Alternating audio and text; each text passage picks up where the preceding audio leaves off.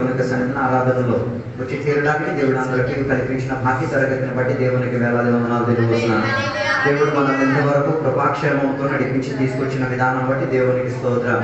ప్రత్యేకంగా దేవుని యొక్క సన్నిధిలో వందనాలు కృతజ్ఞతలు తెలియదు. మన మధ్యలో ఒక కొత్త సహోదరు పేరేంటప్పుడు చందు అన్న కుమారుడు మన మధ్యలో ఒకసారి చెప్పండి కూడా దేవుడు తనకి తన కుటుంబాన్ని బాహుళ్యంగా దీవించి ఆశీర్వదించి తీరుగాక. గత 3 రోజులు ఉపవాసముతో 3 రోజులు ఉపవాస ప్రార్థన కోడిక దేవుడు గొప్ప అద్భుతాలు చేసి తీరడానికి దేవుడు ఉపవాసముతో తీరడానికి కృపా భాగ్యాన్ని ఇచ్చి తీరినందుకు దేవునికి వేలాది వందనాలు. నేను కూడా ఉపవాసంతో దేవుని యొక్క సన్నిధిలో గత 3 రోజుల నుండి తీరడానికి దేవుడు ఆయుష్, ఆరోగ్యం, బలము, శక్తి, సామర్థ్యం ఇచ్చినందుకు దేవునికి కృతజ్ఞతాస్తుతులు చెల్లించి తీరుతున్నా. చాలా మంది దేవుని బిడ్డలు కూడా ఉపవాసంతో ఉన్నారని నేను నమ్ముతున్నా. నాకు తెలియదు, వారి సాక్ష్యాలు వినేటప్పుడు మనకు అర్థమైపోతుంది నేను వాస్తవంగా వారు ఉపవాసంతో ఉన్నారో లేదో అని. ఈ పగటి వేళ మనం చదివిన వాక్య భాగంలోకి మనం వెళ్దాం. ద్వితీయోపదేశకాండం 6వ అధ్యాయం మనం చదివినప్పుడు ఇశ్రాయేలు ప్రజలకు దేవుడు ఇచ్చిన కొన్ని ఉడంబడికకు గురించి చెప్పబడినట్టుగా మనకి కనబడుతున్నది. దాని మొదటి అధ్యాయం నుంచి 5వ వచనం వరకు మనం చదివి తీరినప్పుడు ఇశ్రాయేలు ప్రజలకి దేవుడు ఇచ్చిన కొన్ని ఉడంబడికకు సాదృశ్యమైన కొన్ని కట్టుదల గురించి రాయబడినట్టుగా మనకు అక్కడ కనబడి తీరుతున్నది.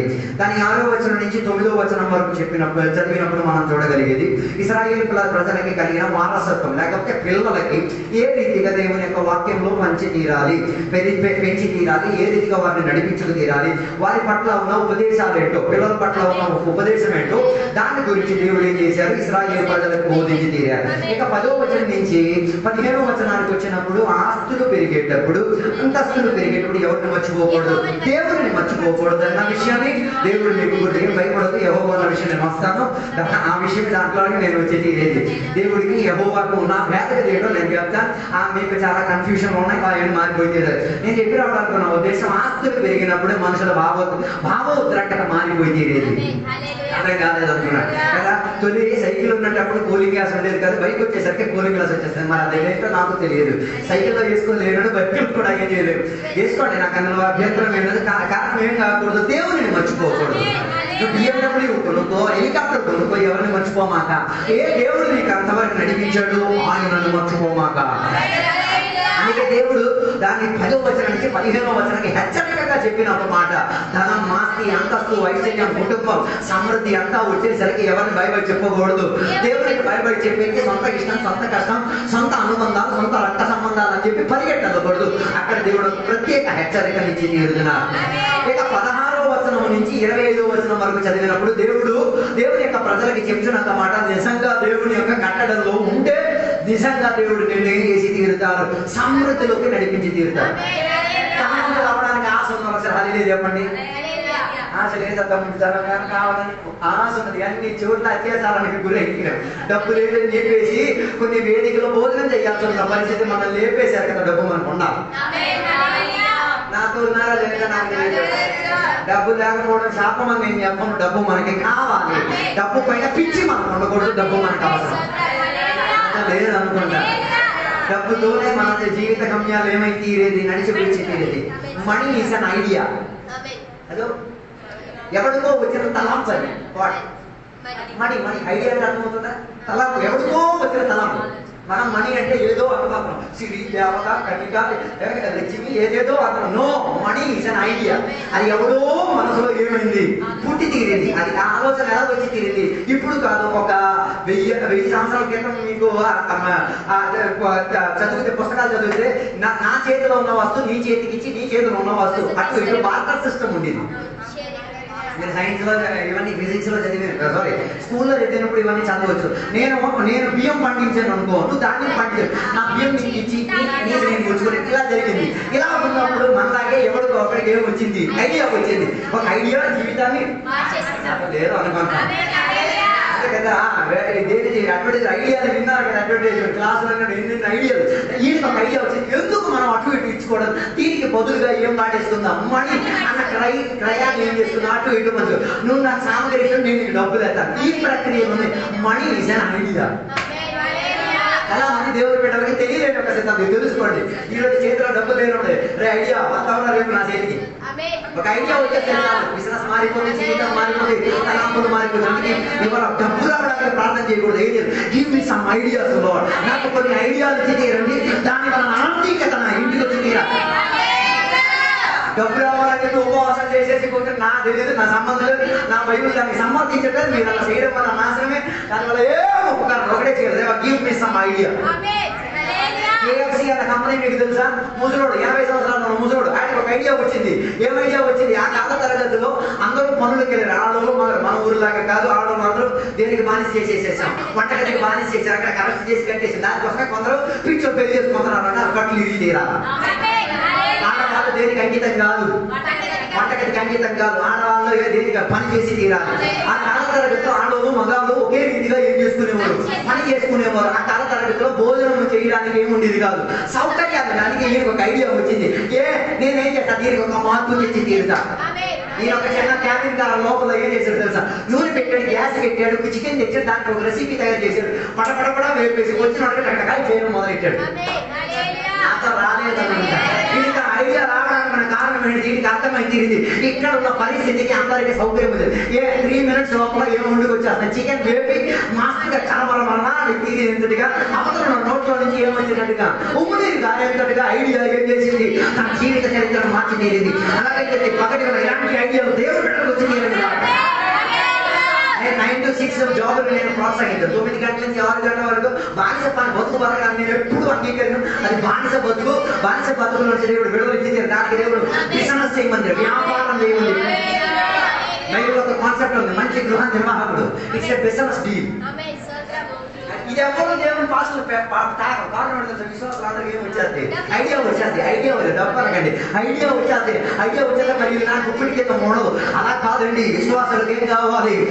ఐడియా వచ్చి తీరాలి, ఆర్థిక సదుపాయాలు వచ్చి తీరాలి, వాళ్ళ అప్పులు తీరాలి, వాళ్ళ జీవిత స్థితిగతులు మార్పు కలిగి తీరాలి. అందుకే బైబిల్ మనకి నేర్పించే ఒక బిజినెస్ డీలే ఏంటి? గృహ నిర్వాహక తత్వం. అది మన ఇంటి విషయాన్ని జాగ్రత్తగా చూసుకోవాలి, సంఘ విషయాలను జాగ్రత్త తీయాలి, దేశ విషయాన్ని జాగ్రత్త. నువ్వు ధనవంతుడు అయితే ఆటోమేటిక్ రోడ్లు వచ్చేస్తాయి. ఎవరితో మాట్లాడినా నాకు తెలియట్లేదు. నీవు డబ్బు నీకు 3,000 కోట్ల రూపాయలు ఒక నెలసరి జీతం అయితే ఆటోమేటిక్ నువ్వు ఏం కడతావు? పన్ను కడతావు. పన్ను కట్టయితే ఆటోమేటిక్ డెవలప్మెంట్ వస్తుంది. ఊరు కానీ ఊరికి వెలుగు వస్తుంది. రోడ్డు లేదు, ఊరికి రోడ్డు వచ్చి బస్సు ఆఫ్రికా అన్న దేశంలో అన్నిటికన్నా పెద్ద సంఘం ఉంది. ఆ సంఘానికి మన ప్రత్యేక మన్నాక డబ్బా పట్టుకొని కానుకలేదు. అక్కడ బండి వెళ్తుంది. బండి వెళ్ళి అందరి దగ్గర నుంచి ఏం చేస్తుంది? కానుకలు తీసుకొని వచ్చేది. సుమారు 2 కిలోమీటర్ల వరకు ఆ చర్చి ఏముంది, ఆ చర్చి గ్రౌండ్ అంత పెద్దది ఉంది. పార్కింగ్ దగ్గర కూడా బండి ఏం చేస్తుంది? సరే కొందరు పార్కింగ్ కాడ చూసుకొని ఏం చేస్తున్నారు, టీవీ స్క్రీన్ లో కూడా వాకింగ్ చూస్తున్నారు. అక్కడ దేని ద్వారా? బండి ద్వారా వెళ్ళి కానుకలు తీసుకొస్తున్నారు. నేను చెప్పిన అక్కడ ఆ దేశంలో సంఘం వ్యాపరించబడడం వలన ఏమైంది తెలుసా? పక్క ప్రదేశాల్లో స్కూళ్ళు వచ్చేసింది, పక్క ప్రాంతాల్లో వెలుగు వచ్చేసింది, పక్క ప్రాంతాల్లో ఏమి దుష్టత్వం అన్యాయం అన్ని ఆగిపోయింది. దానివల్ల అందరూ దేవుడు అయిపోయారు.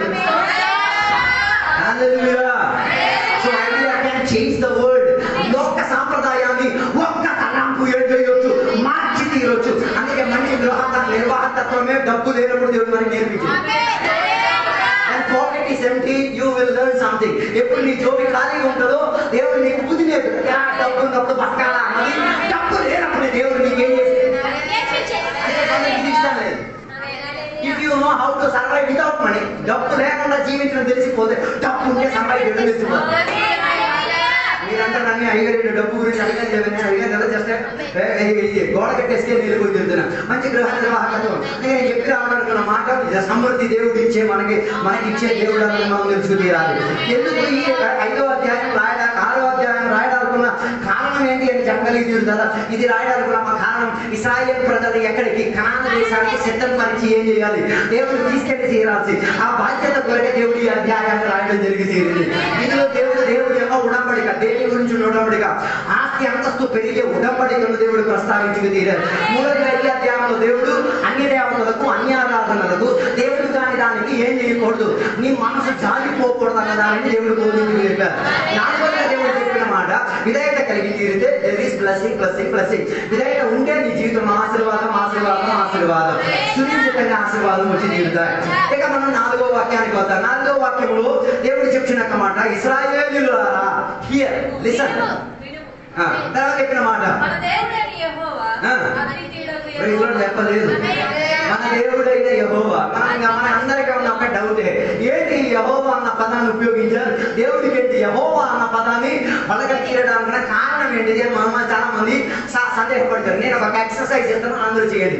యెహోవా అన్న పదానికి ఇశ్రాయేలీయులకి హిబ్రూ భాషలో YHWH ఒకసారి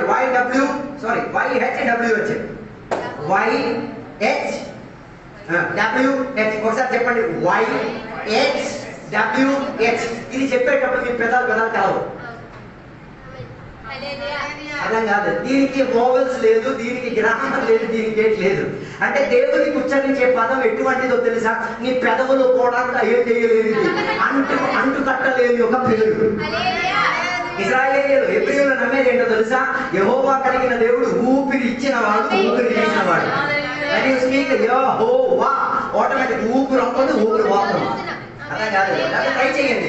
యెహోవా ఆటోమేటిక్ ఊపిరి వస్తుంది, ఊపిరి వెళ్తుంది. దట్ మీన్స్ ఊపిరి ఇచ్చిన ఊపిరికంతా ఆయనే. అర్థం కాలేదనుకుంటా. యెహోవా దేవుడు అని చెప్పినప్పుడు చాలా మంది వేశారుగా. యెహోవా అన్న పదానికి ఉన్న అర్థం నిర్గమకాండం 3వ అధ్యాయం 14వ వచనంలో చెప్పండి. నేను ఉన్నవాడును అని వాళ్ళు ఇంగ్లీష్ లో I am who I am. It's a past tense. I am present tense. అర్థం కాలేదు. దాని అర్థం గత కాలంలో కూడా నేనే, ఇప్పుడు కూడా నేనే. అప్పుడు మీరు అయితే భవిష్యత్ ఏంటి? ఇప్పుడు ఆయన అయితే భవిష్యత్తు ఆయనే. అర్థం కాలేదు. నేను ఉన్నవాడు అన్నవాడు I am who I am. యెహోవా అన్న పదం ఇశ్రాయేలీయులు పలకడానికి భయపడేవారు. కారణం ఏంటిది? ఊపిరి ఇచ్చిన ఆయన, ఊపిరి తీసిన ఆయన. ఊపిరికి ఇచ్చేంత ప్రాబ్లం లేదు. అలా కలవడం సతమానం అయిపోయేసి ఉండొచ్చు. అందుకే బయటపడొద్దు. ఊపిరి తీసుకోవడానికి ఉన్న అవకాశం ఎవరికి ఉంది? దేవుడికి ఉంది, నాతో లేదు అనుకుంటా. అందుకే ఇశ్రాయేలీయులకు యెహోవా అన్న పదాన్ని ఇచ్చి తీరడానికి ఉన్న కారణం వ్యక్తిపర ఉడంబడికలు గుర్తించుకు తీరడానికి. వ్యక్తిపర ఉడంబడిక అంటే ఏం చెప్పొచ్చు? ఆదామును దేవుడు సృష్టించి తన నాసికారంధ్రంలో దేవుడు ఏముది తీరారు? జీవశ్వాసం. సో మనిషిని దేవుడు సృష్టించిన ఆదామును దేవుడు సృష్టించినప్పుడు 3 భాగాలు అంటారు. తన శారీరక ప్రక్రియలో 3 భాగాలు ఉన్నాయి. ఒకటి శరీరం, ప్రాణం, ఆత్మ. ఓకే, మట్టి ఎక్కడది? మట్టి అన్నది శరీరం కదా. అప్పుడు శరీరం ఎక్కడ సామగ్రి? భూమిలో ఉన్న సామగ్రి. ఇంకా 2 ఉన్నాయి. ఏది? ప్రాణాత్మ. అది ఎక్కడది? So 2:1 ratio. 2% పరలోక సంబంధమైన విషయం, 1% హలో. అందుకే నీకు ఎప్పుడు చింత దేని గురించి? దేవుడి గురించి, పరలోకం గురించి. కారణం ఏంటి? You are dually established in heaven. నువ్వు రెండు ప్రక్రియలో ఎక్కడ? పరలోకం. అర్థం కాలేదు. ఇది కాన్సెప్ట్ అది అర్థం అవడం కష్టం. సాతాను ఆత్మ, దేవదూతలు ఆత్మ. వారికి ఏం లేదు, బాడీ లేదు. హలో. వారు ఆత్మరూపులుగా ఏం చేసి తీరుతారు? మన దగ్గరికి వస్తున్నారు. అలాగే ఒక దూత భూమిలోకి రావాలంటే దేవుడు ఏం చెయ్యాలి? అనుమతిస్తేనే రాగలిగితే. ఓకే, అలాగైతే దెయ్యం భూమిలోకి రావాలంటే దేవుడు అనుమతిస్తాడా? నేను విశ్వాసంతోనే వాటిని చెప్పేదా? వచ్చేసింది. హలో.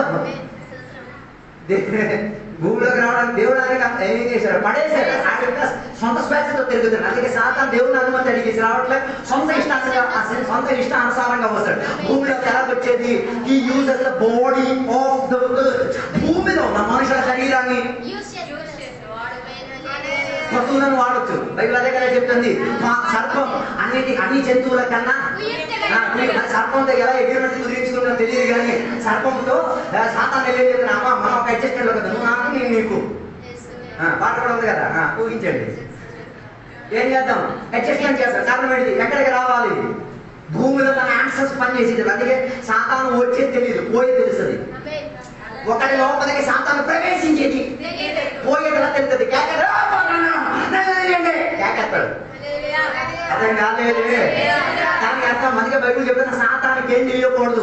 చోటు ఇన్ అవర్ బాడీ, మన బాడీ ఆయన చేతికి అప్పగించేస్తే ఆటోమేటిక్ నీ సోల్ పైన అడిగి ఏం వచ్చేస్తుంది? అధికారం వచ్చి తీరుతుంది. పునరాలో తెలిసి. అలాగైతే 2% మనం పరలోకం అయితే 1% భూమి. ఈ శరీరానికి బతుకునేటప్పుడే మనం ఏం చెప్తాం? అయ్యగారు, అన్నయ్య, తమ్ముడు, బావ, బామర్ది. సచ్చిన తర్వాత అయ్యా, బామ్మ బాగుంటారు. ఏమంటారు? అయ్యగారు శాపం వచ్చిందా? తమ్ముడు శాపం వచ్చిందా? అర్థం కాలేదు. దట్ మీన్స్ ప్రాణాత్మ పోతే ఇక్కడ చెప్పలేదు. దాని అర్థం ప్రాణ ఆత్మ శరీరం ఉన్నప్పుడే ఏదైనా విలువ నాయన. అర్థం కాలేదు. పాఠనాయకుడు వదే రాశాడు కదా, ఈ ప్రాణం ఉంటేనే దేవునికి ఏం చేసుకోగలిగేది, పంచుకోగలిగి తీరేది. ఊపిరి ఉంటేనే దేవునికి కృతజ్ఞత స్తుతులు చెల్లించుకోగలిగి తీరేది. అందుకే ప్రాణాత్మను అప్పగించుకుని దేవునికి ఏం చేసి తీరాలి, ఆరాధన చేసి తీరాలి. కలిసి అప్పుడు 2% పరలోకం, 1% ఎక్కడ భూమి. అందుకే భూమి పట్ల మనకేం వచ్చేస్తుంది, ఆతృత ఎక్కువగా ఎక్కడికి వచ్చేస్తుంది. మట్టి కాస్త మట్టి దొరికితే చాలు, ఏ వేరు కాసిన చెట్టు కూడా ఏమైపోద్ది. కానీ వేరు కాసేసి నేను వదలను, ఎక్కడే నా సంసారం. అందుకే దేవుడు ఏసయ్య రావడాకున్న ఉద్దేశం ఏంటంటే, నువ్వు ఎక్కడ ఉండిపోతావు అన్న ఉద్దేశం. ఎక్కడ కాదు అక్కడ చూస్తే ఇక్కడ ఉండాలనిపించు. ఎక్కడ ఆయన నివసించిన చోట్ల, ఆయన ఏర్పాటు చేసిన ప్రదేశంలో, ఆయన తేజోమయుడుగా నివసించిన పరలోక ప్రాంతంలో నువ్వు వెళ్తే ఎక్కడ ఉన్నవన్నీ ఏం చేసి తీరుతావు. అందుకే ఆయన మేఘాలు కూడా వచ్చి తీరేది.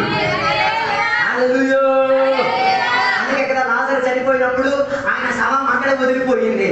ఆ శవాన్ని తీసి బాడీని తీసుకెళ్ళి ఎక్కడ పెట్టేశారు. చచ్చిపోయేటప్పుడు ఒక బండి వచ్చింది. ఏ బండి వచ్చింది? దేవదూత బండి వచ్చింది. ఏం తీసుకెళ్ళిపోయింది? ఇఫ్ యూ యాక్సెప్ట్, నువ్వు యేసుని రక్షకుడిగా అంగీకరించి తీరితే నీ బాడీ గురించి నువ్వు సిద్ధపడవద్దు. ఎలా సమాధి అవుతుంది, ఏ రీతిగా సమాధి అవుతుంది, ఎట్లా అవుతుంది బాధపడిపోయి చెప్పుకోమాక. ఇప్పుడు కొంతమంది క్రైస్తవులు వచ్చి అడిగేది, అయ్యా మీ చర్చికి ఏముంది, సమాధి చేయడానికి క్లాత్ ఉందా? దేనికి రా నాయన? చచ్చిపోయిన తర్వాత గాలిలో ఎగరేసినా పర్వాలేదు, కోపులకి ఇచ్చినా పర్వాలేదు, నో ప్రాబ్లం. అది బాడీ ఎవరికే కావాలి? మట్టి సామాగ్రి. If there is body, if there is spirit and soul, body can be created. అదే కాలేదు, ప్రాణాత్మ అక్కడి నుంచి రాగలిగింది. బాడీ క్రియేట్ చేయడం దేవుడికి శాతం అనుకుంటాం. So why you are concerned about your body, నీ శరీరం పట్ల. అమ్మమ్మ మన సంఘంలో కొన్ని అమ్మమ్మ డబ్బులు ఇచ్చేది. అయితే సమాధి కార్యక్రమం ఎవరికి బరువు బాధ్యత? అమ్మ వద్దా, మీరు ఉంచుకొని చికెన్ మటన్ కొనుక్కొచ్చినాం, అది ఉంచుకోవాల్సిన అవసరం లేదు. ఎలా చనిపోతే ఏం ప్రాబ్లం? దేవునికి నమ్ముకు తీరినందుకు మన శరీరం గురించి మనకేం అక్కర్లేదు, అక్కర్లేదు. ఇశ్రాయేలు ప్రజల ఉడంబడిక, ఊపిరిచ్చిన దేవుడు కాబట్టి, జీవితం ఇచ్చిన దేవుడు, ఉడంబడికకు ఆధారమైన దేవుడు కాబట్టి, ఆయన పేరును వ్యక్తిపరంగా పర్సనల్లీ సంబోధించి తీరడానికి యెహోవా అన్న పదాన్ని ఏం చేశారు? ఉపయోగించుకు తీరారు. ఆదికాండం 2:4 చదివినప్పుడు మొదటిగా మనకి యెహోవా అన్న పదానికి ఉన్న శ్రేష్టత వర్ణింపబడినట్టుగా మనకి కనబడి తీరుతున్నది. నేను చెప్పాను కదా, అనేది ఉన్నవాడును అనువాడును. దానికి అర్థం ఏంటిది? దానికి ఉన్న అర్థం దేవుడు యుగ యుగాలను ఉన్న దేవుడు అని. God is eternal. ఆయనకేం లేదు, ఫస్ట్ లేదు, ఎండ్ లేదు. అర్థం కాలేదు. నీకేముంది? ప్రారంభం ఉంది, ఎండింగ్ ఉంది కదా. రన్నింగ్ రేస్ లో స్టార్టింగ్ పాయింట్ ఉంది, ఎండింగ్ పాయింట్ ఉంది. అలా దేవునికి ఏం లేదు, స్టార్టింగ్ లేదు, ఎండ్ లేదు. అందుకే దేవుడికి ఎప్పుడు సంబోధించినప్పుడు అనాది నుండి అనాది వరకు, ఫ్రమ్ ఇన్ఫినిటీ టిల్ ఇన్ఫినిటీ. తెలుగులో ఏమంటారో తెలీదు, మీరే ఊహించండి. దాని అర్థం ఏమి లేని కాలం నుంచి అన్ని ఉన్న కాలం వరకు ఆయనకేముంది చూడండి అంటే ఆయన పేరు యెహోవా, లేకపోతే నేను ఉన్నవాడు అనువాడు. రెండోది, ఆయనలో ఏ రీతి కలిగిన మార్పులు మనం మారిపోతాం కదా. జ్వరం వచ్చేస్తే చూడాలి, పక్క చెక్కగా అయిపోయి ప్యాంటు షర్ట్ మొత్తం నువ్వు చెప్పాలి, బయట చెప్పలేదు. ఆయన ఎలాంటిది ఏమి లేదు, ఆయనకి ఏం లేదు, మార్పు లేనివాడు, మారనివాడు. మాట ఇస్తే మాట తప్పిన వాడు కాదు, మాట చెప్పేది ఆయన అబద్ధం చేసేవాడు, నిజం చేసేది కాదు. ఆయన మాట అంటే ఆ మాట సునిశ్చితంగా చేసేది.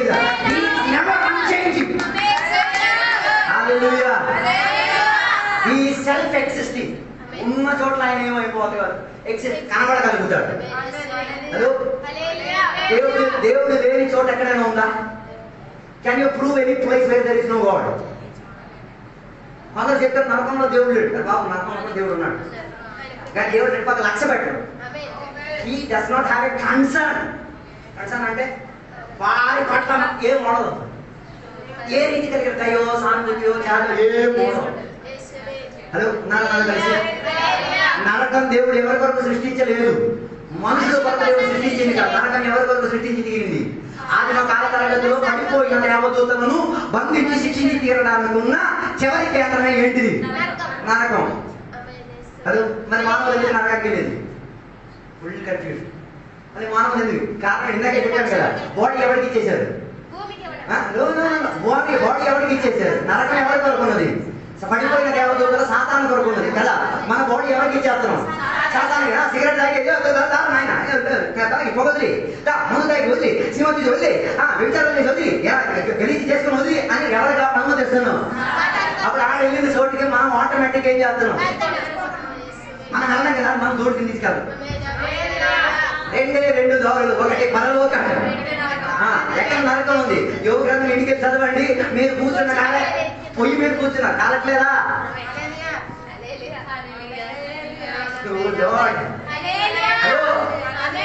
నరకం కింద నమ్మట్లేదా? నమ్మలేకపోతే మీరు వెళ్ళండి అంటార్టికా, యూరోప్ అలాంటి ప్రదేశాలు. కానీ భూమి నుంచి ఏమవుతుంది?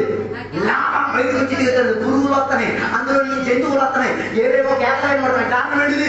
భూమి కింద ఏం మండుతున్నది? అక్కడ అగ్ని సిద్ధమైపోయి ఉంటుంది. అక్కడికి వెళ్ళకుండా ఉండేదానికి ఒకే ఒక పని, ఏది కదా? సాతానుతో నాకు సంబంధం లేదు, దేవుడు మాత్రమే నాకు ఆధారం. దేవుడు నీ రక్షకుడికి అంగీకరించింది, ఆయనతో ఒక ఉడంబడికలోకి రా. నువ్వు తప్ప నాకు ఇంకెవరు యజమాని రాదు, నువ్వు తప్ప ఏ అధికారం నాకు. యాక్సెప్ట్, ఒప్పుకో. అవి ఒప్పుకోవాలని ఫస్ట్ ఏం ఒప్పుకోవాలా? తొలి చేసింది ఒప్పుకోవాలా? అర్థం రాలేదు. తొలి చేసిన అత్యాచారాలు, తొలి చేసిన దొంగతనం, తొలి చేసిన బ్యాంకు పనులు, తొలి చేసిన అన్యాయపు పనులు అన్ని ఏం చేయాలా? అంతే కదా. పోలీసు, మన తమ్ముడు పోలీసుడు ఒక దొంగ పట్టుకుంటే అది చెప్తే ఏం చేస్తారు? ఏమేం చేశాడు?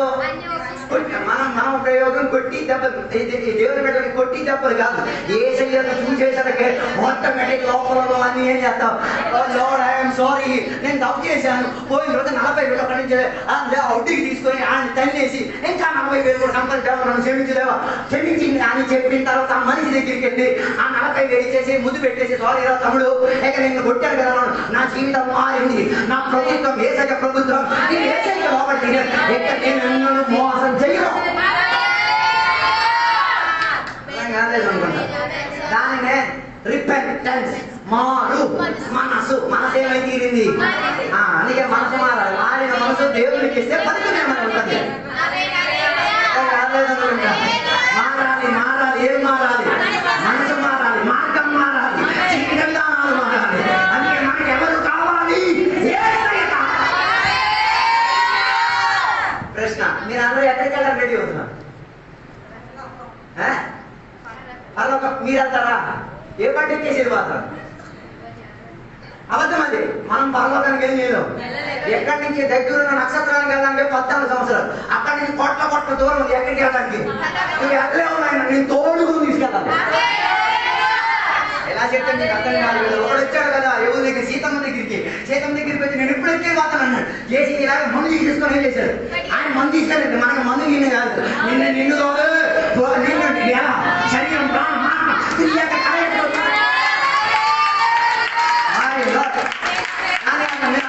చచ్చిపోతే మన సవాలు వస్తుంది. సవర వస్తాను ఆయన. ఆయన సృష్టికర్త అయితే పిలవాల్సిన శరీరాన్ని పిలవలేడా?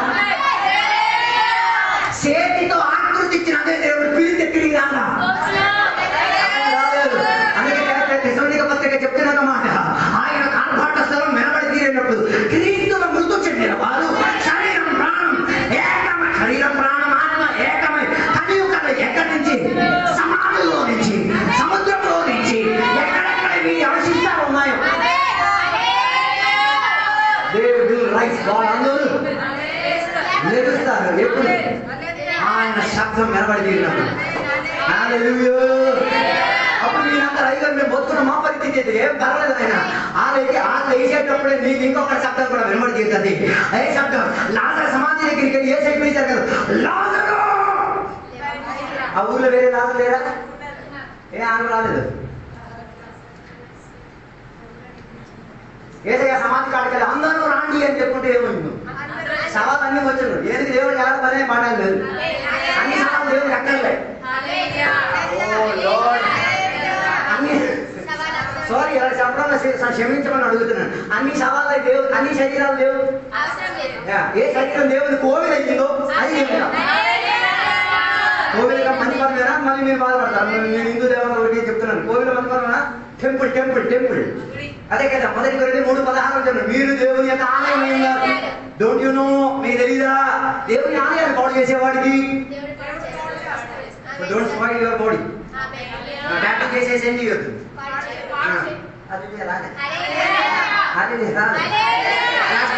రాసేసుకొని ఫోన్ చేయమాట. ప్యారిస్ అంటే పేరు నాన్సం పేరు నవ్వలే ఇవన్నీ రాసేసుకొని ఏం చేస్తున్నారు? ఓ వరకు ఉన్న ఫ్యాక్టరీ పెళ్లికి వెళ్ళినప్పుడు గొప్ప బాధ వేసేస్తుంది ఆ పాప విషయంలో. కారణం ఫుల్ పెయిటే O Lord be original as you are. అన్ని సవాలు ఎవరికి అక్కర్లేదు. నీ హృదయం దేవునికి అంకితమై ఉంటే ఆలయమై ఉంది. ఆలయం ఎవరికి కావాలి? దేవునికి కావాలి. Body to God. దేవునికి నీ శరీరాన్ని అప్పగించేసుకో. నీ అందుకే నా శరీరమును దేవుని కొరకు సజీవ యాగంగా నేనేం చేసి తీరుతున్నా. Your surrendering it before God. దేవుని సమశక్తులను అప్పగించి తీరుతున్నా. ఎందుకు? ఈ గుండె లోపల ఎవరిని తీరాలి? చక్రానికి అయిన దేవుడు, మార్పు లేని దేవుడు, అనంతుడైన దేవుడు, ఏకారమైన దేవుడు. ఆయన ఉన్నవాడు అనువాడు ఆయన నాడు.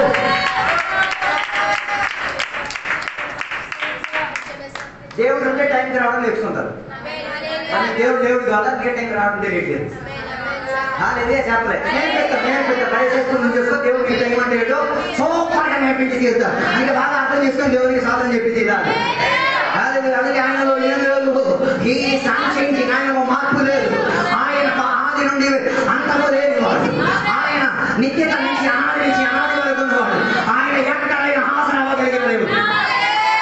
అందరి దేవుడిలా ఉన్న ఒక దేవుడు కాదు. ఆయన ప్రత్యేకంగా చెందినది. ఆ దేవుడిన ప్రత్యేకత అంటే తెలుసా? సృష్టించిన మానవులతో ఉడంబడిక చేసిన దేవుడు.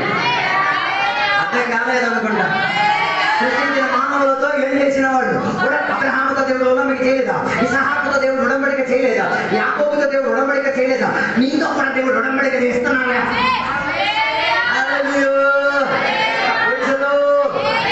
ఏదో ఉడంబడిక చేశావు, ఏదో చేసిన రక్షకుడిగా అంగీకరించావు. You had a covenant with God.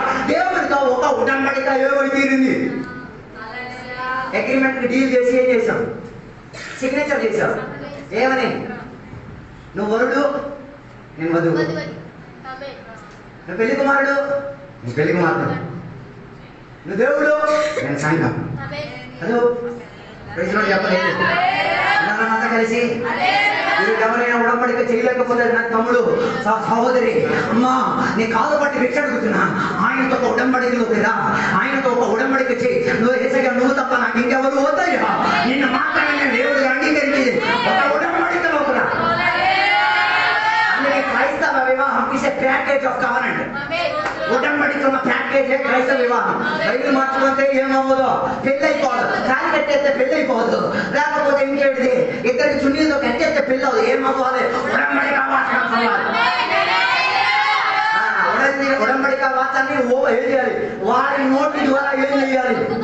అయ్యగారి దగ్గరికి వస్తారు. పక్కన పాపం చూపించింది. ఈ పక్కన ఎండగతైన పాప నీ స్త్రీ అని సుఖములో, కష్టములో, దుఃఖములో, వేదనలో, నొప్పిలో, అన్ని విషయంలో ఆమెతో ఏం చేసి కలిసి ఉండి సంసారం చేస్తానని మరణం తప్ప ఇంకే రీతిగా ఈమె దగ్గరికి నేనేమవును గుడ్ బై చెప్పే పరిస్థితి లేదని చెప్పి ఏం చేయాలి? అంగీకరించి తీరాలి. అలా లేదు.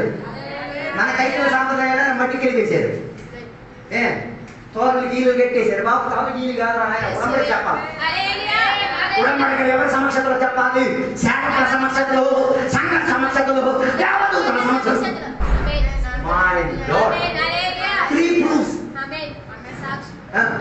దేవదూతలు ఒకటి, 2 సంఘం, 3 సంఘానికి ఉన్న యజమాని, 3 సాక్ష్యంలో. అందుకే డివోర్స్ అన్నది బైబిల్ ఎక్సెప్ట్ చేయట్లేదు. There is no portal for Christians to get divorce. Divorce అన్న ప్రక్రియ బైబిల్ బట్టలు కొనుక్కున్నట్టుగా బైబిల్ మార్చేద్దాం. It's wrong concept. Bible never accept that. Bible ఎప్పుడు కూడా దాన్ని ఏమీ ఇవ్వట్లేదు, సహకరించట్లేదు. అందుకే వివాహానికి ఉడంబడికి ప్రాధాన్యత చెందినది. అలాగే మనం సేవించిన దేవుడు ఉడంబడికకు ఆధారమైన దేవుడు. దేవుడికి మనకు ఆ ప్రత్యేకత తెలుసా? ఆయన అన్ని చోట్ల ఉన్న దేవుడు.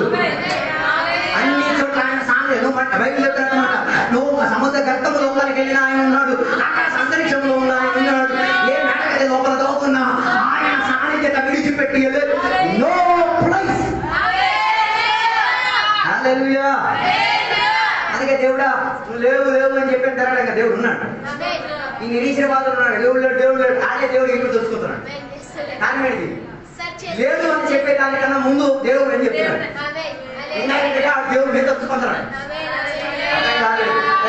ఇప్పుడు నేను నిరీశ్వరవాది అవ్వలేదు ఒప్పుకో అనుకోండి, నేనేమంటాను దేవుడు లేడు దేవుడు లేడు దేవుడు లేడు దేవుడు లేడు దేవుడు లేడు. నేను దేన్ని ఎక్కువ చెప్తున్నాను, లేదన్న దానికన్నా దేవుడిని ఫస్ట్ చెప్తున్నాను. హల్లెలూయా హల్లెలూయా. దేవుని యొక్క ప్రత్యేకత, దేవుడు ఉన్నాడని రుజువుపరిచేది ఎలాగా? ఏ రీతిగా ఒక క్యాండిల్ వెలిగించి తీరితే ఎలా దానితో ఆ క్యాండిల్ కి అగ్ని ఎలా ఆధారపడి ఉన్నదో, క్యాండిల్ కి ఏం ఆధారపడి ఉంది? అందుకే ఇక్కడ క్యాండిల్ వెలుగుతుంది. అర్థం కాలేదు. అగ్నికి ఏం కావాలి? ఇంధనం కావాలి. Fire needs fuel. ఫ్యూయల్ లేకపోతే ఏం రాదు. అలా దేవునికి ఏం అక్కర్లేదు, డిపెండెన్సీ అక్కర్లేదు, ఎవరి ఆశ్రయం అక్కర్లేదు. మనుషులకి ఏం కావాలి? దైవాశ్రయం కావాలి. You should be dependent to God. దేవునికి ఆశ్రయం. యెహోవా దేవుడు ఎవరికి ఏం కాదు? ఆశ్రయం ఉన్నవాడు కాదు. నేను ఉన్నవాడిని అనువాడు. ఆయనకే డిపెండెన్సీ లేదు. That's why he is different.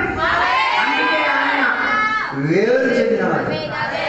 అన్ని దేవుళ్ళగా కాదు, హి సెపరేట్. హల్లెలూయా. అందుకే కదా నా మత్తయి సువార్తలో మనం చదివినప్పుడు యేసయ్య నేను ఉన్నానని ఆయా అన్న పదం వాడినట్టుగా మనకి కనబడి తీరుతుంది. ఎక్కడ చేసేవాడు? యోహాను సువార్తలో పుస్తకం 8:58 చెప్పారు, అబ్రహాముకు ముందు నేనున్నాను. I am before Abraham was. అంటే అబ్రహాము పుట్టక మునిపే నేనున్నాను. నేనున్నాను అన్న పదం యోహాను సువార్త 7 సార్లు 7 రీతిగా చెప్పబడి. ఒకటి, నేను జీవం కలిగిన రొట్టిని, నేను జీవం కలిగిన వెలుగు, లోకానికి వెలుగుని, జీవం కలిగిన వెలుగుని.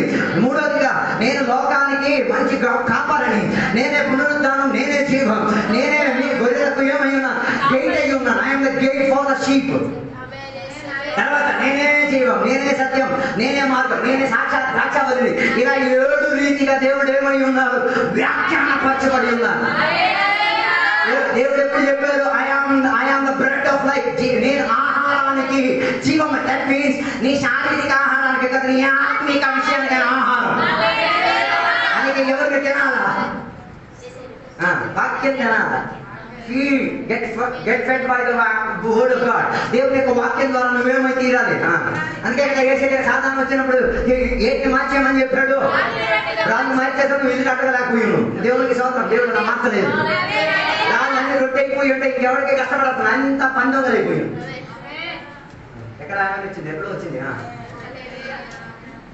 పీడి పందొంగ. కొంతమంది ప్రెసిడెంట్ అయిపోయారు. దేనికి? చర్చి విషయంలో పందొంగలే. లేటుగా వచ్చేసి మనం మరి పీడి చెప్తారు. బాబు పట్లైన పని చెయ్యాలి.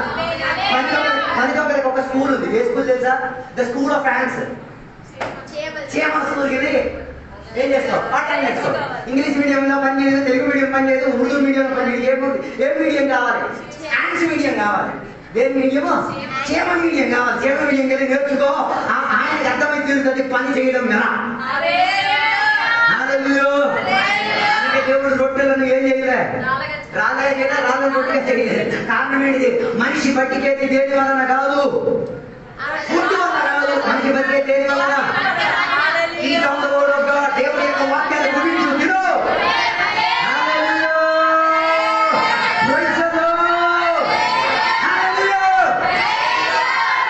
అనుదినం ఏం చేయాలి?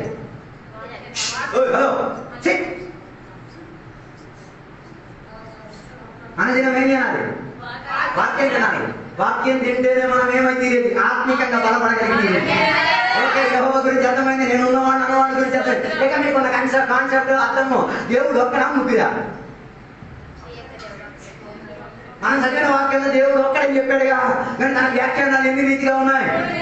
ఓ లార్డ్, దుఃఖోపదేశకాండం 6వ అధ్యాయం 4వ వచనం చెప్తున్నమాట దేవుడు ఒక్కడని. యెషయా గ్రంథం 45వ వచనం 3వ వచనం చెప్తున్న మాట దేవుడు ఒక్కడని. అలాగైతే మనకు ఒక కన్ఫ్యూజన్ రావచ్చు. దేవుడు అక్కడైతే తండ్రి ఎవడు, కుమారుడు ఎవడు, పరిశుద్ధాత్ముడు? ఏకదైవ విశ్వాసం, మోనోథీయిజం, వన్ గాడ్ అనే కాన్సెప్ట్, ఏకదైవ సిద్ధాంతం. ఈ విషయంలోనే కొందరు వాదించే వాళ్ళు ఉన్నారు. అది వాదన నేనేసి ఏక దేవుడు ఏం చేయకూడదు, తొక్కియకూడదు. దానికి కూడా నేను చెప్తాను, కాస్త ఓపిక పట్టండి, మీకు క్లియర్, మీకున్న కన్ఫ్యూషన్ క్లియర్. ఏక దేవుడే మన దేవుడు. Our God is a single one God, ఒకే ఒక దేవుడు. కానీ ఆయనకేముంది, 3 వ్యక్తిత్వాలు ఉన్నాయి. నేను తెలుగులో ఎలా వ్యాఖ్యానం వస్తాను మోగలేదు. హలో, ఆయనకేముంది, వ్యక్తిత్వం ఉంది. వ్యక్తిత్వం అని చెప్తే పర్సనాలిటీ. 3 పర్సనాలిటీలో ఆయన యాక్సెస్ పని చేస్తారు.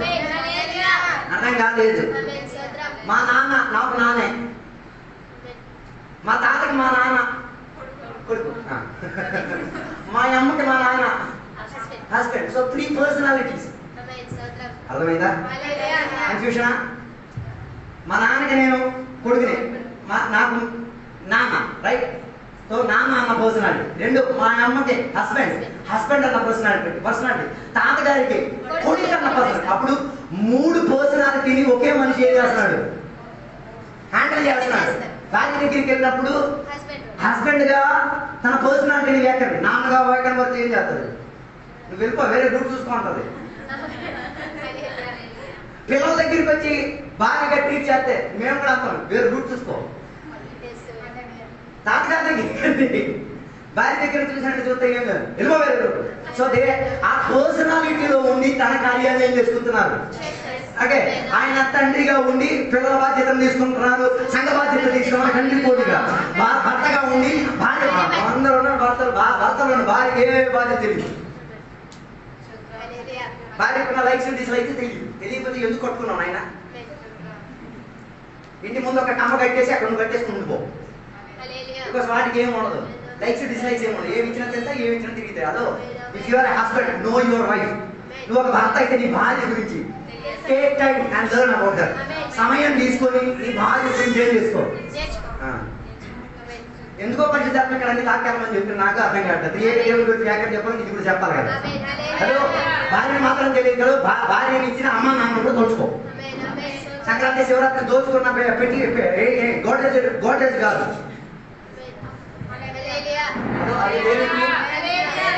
అందరూ అత్త మామూలుగా ఎప్పుడు దోచుకుంటారు. సందడే దోచుకోవడం సందడే. అప్పుడు వచ్చిన పులుగు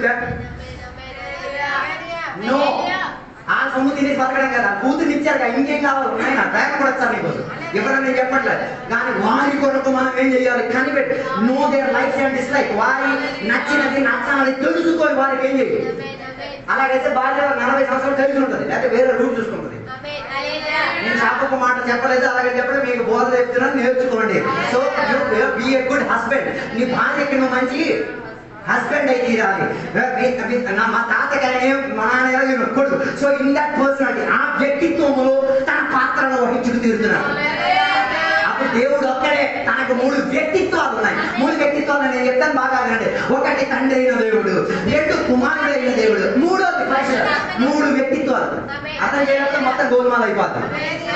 తండ్రి అయిన దేవుడు మన వ్యక్తిత్వం ఏంటో తెలుసా? ఆదికాండం 1:1, ఆది యందు దేవుడు భూమి ఆకాశం సృష్టికి ఆధారభూతుడు. సో ఆ పర్సనాలిటీలో ఉండి సృష్టిని ఆయన ఏం చేశారు, డిక్లరేషన్ తో సృష్టించారు. తండ్రి అయిన దేవుడు, తండ్రికి మన గుణాధిశం ఏంటిది? ఎత్తుకుంటారు, పొగులించుకుంటారు, మన విషయాలన్నీ సస్టైన్ చేసుకొని చూసుకొని అంటారు. So God the father, he is the sustainer of our life. మన జీవితానికి ఆధారభూతుడు, మన జీవితానికి ఉన్న కాలచక్రం ఆయన చేతిలో ఉంది. సో తండ్రి అయిన పాత్రలో ఉండే మనకి పాత నిబంధనలో ప్రకాశమై తీరాడు. So you understand his fatherly principality. ఆయన తండ్రిగా తన పాత్రను వహించుకు తీరాడు. రెండోదిగా ఎవరి పాత్ర వచ్చేసింది? కుమారుడైన యేసయ్య పాత్ర. నాకు రాలేదనుకుంటా. అదే కదా యోహాను సువార్త 1:1లో రాయబడింది. ఆది యందు దేవుడు వాక్యమును, వాక్యం ఏమై తీరింది శరీరం. 1:4 కూడా చదివితే వాక్యం ఏమై తీరింది, శరీర రూపాన్ని ధరించి. వాక్యం దేవుడే. ఆ వాక్యం అన్న దేవుడు శరీరాన్ని కట్ట ఏం చేసింది, శరీరంలోకి మార్పు చెంది తీరి ఆయన మనిషిగా జన్మించుకు తీరాడు. అనుకున్నారా లేదా నాకు తెలియట్లేదు. అప్పుడు కొందరు చెప్తారు యేసయ్యలో పాపం ఉంది. యేసయ్యలో అస్సలు పాపం లేదండి.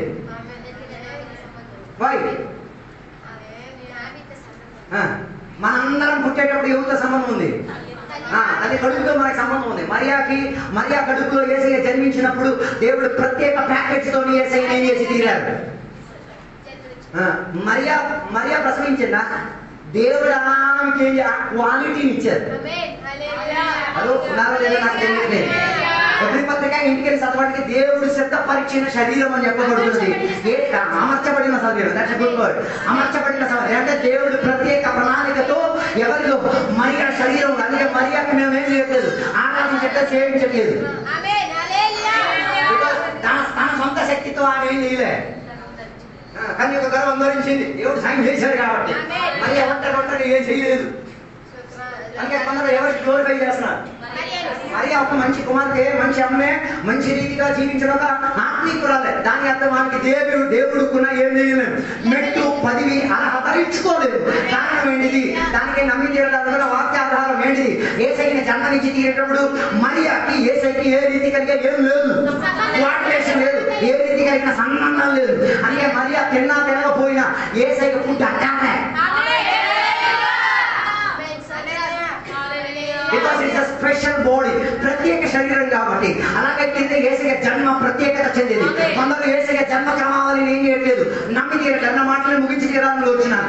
ఏక దేవుని గురించి చెప్పి ఇప్పుడే ముగించేసి బల్లారంలోకి వెళ్ళి తీరుదాం. దాని అర్థం యేసయ్యలో ఏం లేదు, పాపం లేదు, పాపం చెయ్యలేదు, పాపం ఎరగని వాడు.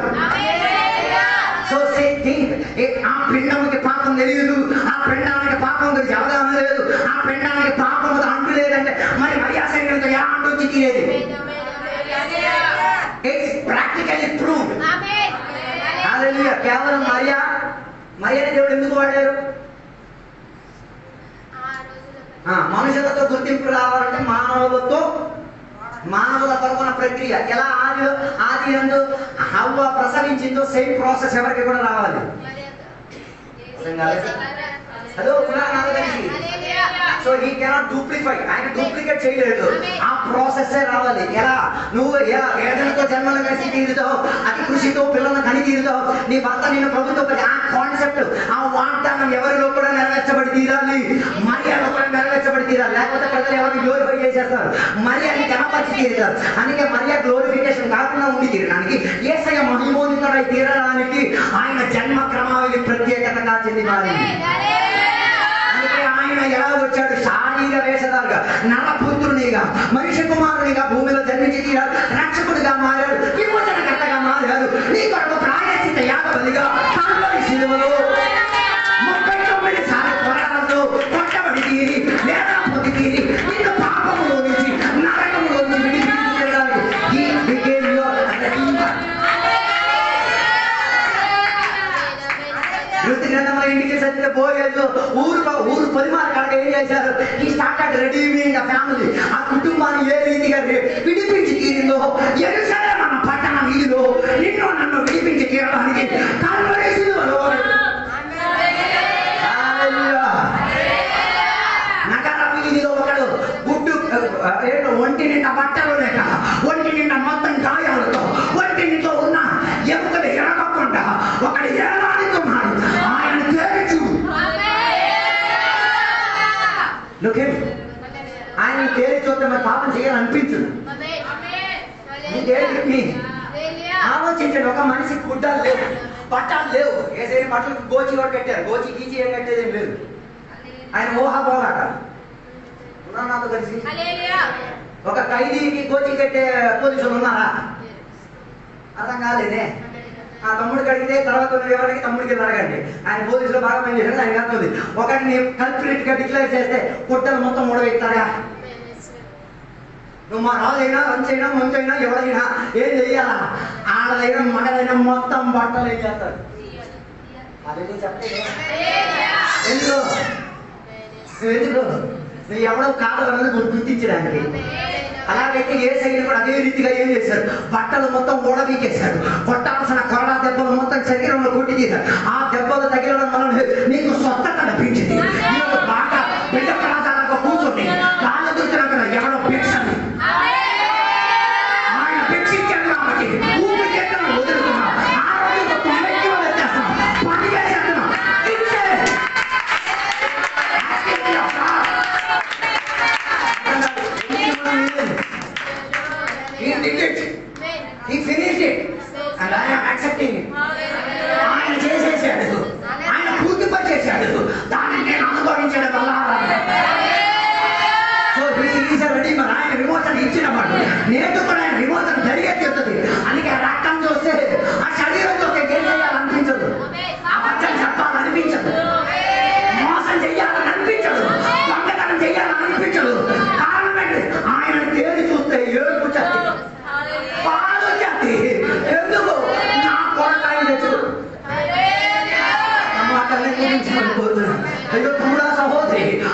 చేసేసుకొని, అన్యాయాలు చేసేసుకొని, అత్యాచారాలు ఏదయ్యా క్షమించుదేవా అని చెప్పడం కాదు.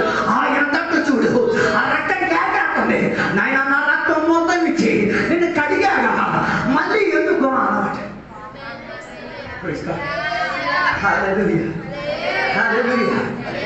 దేవుని బిడ్డలను అభ్యంతర పరిచయం చేయండి. సిలువలో ఉన్నాయి నో ఆయన చెప్పి నోతురా నాయన, లేక పాపం వినడు చెయ్యొచ్చు, పాపపు జీవితం మోతురా నాయన. నేను నీకు ప్రాణం పెట్టా, నేను నీకు ఆరోగ్యం ఇచ్చా, నేను నీకు ఆహారం ఇచ్చా, నేను నీకు అన్ని ఇచ్చా, ఇక నా కోసం బతికే వచ్చు కదా.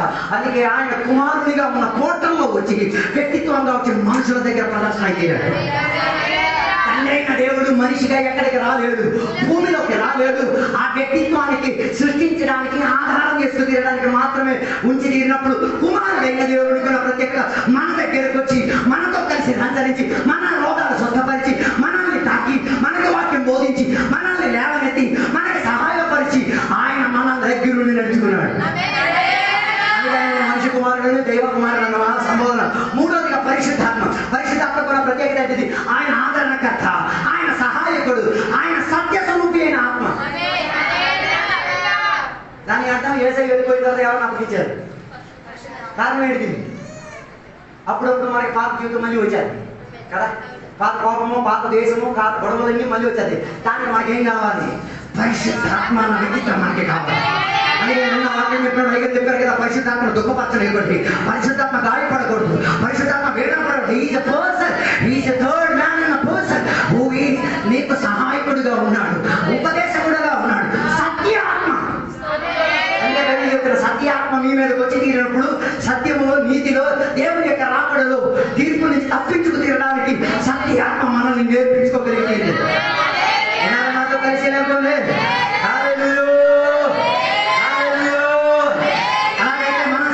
ఏకదేవుడు అని చెప్పాడు. మూడు వ్యక్తిత్వాలు, తండ్రి, కుమారుడు, పరిశుద్ధాత్మ దేవుడు. ఆయనని ప్రేమించిన వారు ఎలా చేయండి? ఆయనని ప్రేమించిన వారు పూర్ణ మనసుతో, పూర్ణ హృదయముతో, యూజ్ యువర్ కంప్లీట్ పదం శక్తి. అలాగైతే నీ జీవితం ఆశీర్వాదకరంగా మారితీరుతుంది. అందుకే రాబోయే రోజుల్లో ఉన్న జీవితం ఉందాం దేవునికి అనుకూలంగా మారి తీరడానికి ప్రయత్నం చేస్తుంది. అలాగైతే దేవుడు మీ అందరిని కూడా దీవించుకొని తీరగలిగాడు. ఈ పక్క దేవుడికి సన్నిధానం సమర్పించుకుందాం. బలారాధనకి వెళ్ళే ముందుగా వ్యక్తిగత జీవితాన్ని ఒక్కసారి పరిశోధన కలిగి ఉండి